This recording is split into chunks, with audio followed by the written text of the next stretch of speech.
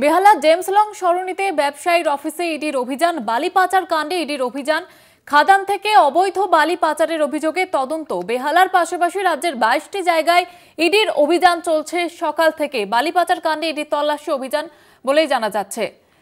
সরাসরি রয়েছে আমাদের প্রতিনিধি শুভ্রজিৎ চক্রবর্তী। শুভ্রজিৎ, কি অভিযোগ উঠছে এবং ঠিক কি কি তথ্য উঠে এসেছে এখনো পর্যন্ত?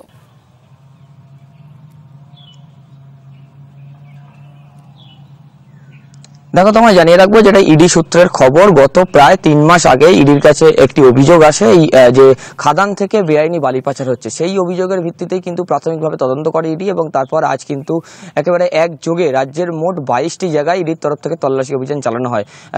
যে কলকাতাতেও কিন্তু 2টি জায়গা রয়েছে, একদিকে যেমন বেহালার শখের বাজারে জেমস লং সরণি, অন্যদিকে রিজেন্ট কলোনি এলাকাতে, সেখানে 2টি জায়গায় কিন্তু কলকাতার 2টি জায়গায় এবং রাজ্যের মোট 22টি জায়গায়, প্রায় 22টি জায়গায় সেখানে ইডির তল্লাশি অভিযান চালানো হচ্ছে।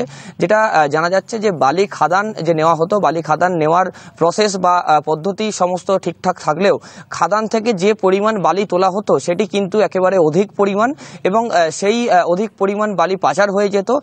এই বেআইনি যে বালি পাচার হতো, সেই বেআইনি বালি পাচারের জন্য কিন্তু একাধিক ফেক যে ডকুমেন্টস, সেই ডকুমেন্টসও তৈরি করা হতো।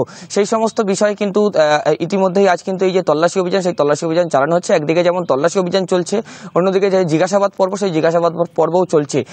বেহালার শখের বাজারে যে জেমস লং সরণি, সেখানে কিন্তু একটি যে সংস্থার অফিস, যেটা লেটার বক্সে তাদের রয়েছে সারাফ অল কোম্পানি বলে লেখা রয়েছে, তাদের মোট 20টি সংস্থা রয়েছে। সেই 20টি সংস্থার মাধ্যমে কি কোনোভাবে এই যে টাকা, সেই বেআইনি বালি পাচারের টাকা, সেই টাকা বিনিয়োগ হয়েছিল নাকি তারা আর্থিকভাবে লাভবান হয়েছিলেন, সেই সমস্ত বিষয় যেমন খতিয়ে দেখা হচ্ছে।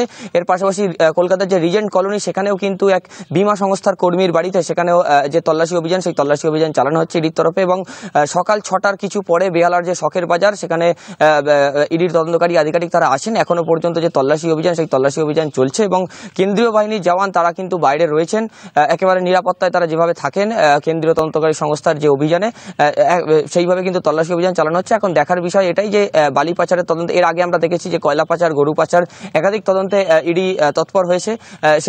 সেই পাশাপাশি কিন্তু বালি পাচারেও ইডির আজকে তল্লাশি অভিযান চালানো হচ্ছে এবং এখন দেখার বিষয় এটাই যে তল্লাশি অভিযানের শেষে কি। একেবারে ধন্যবাদ জানাবো তোমাকে।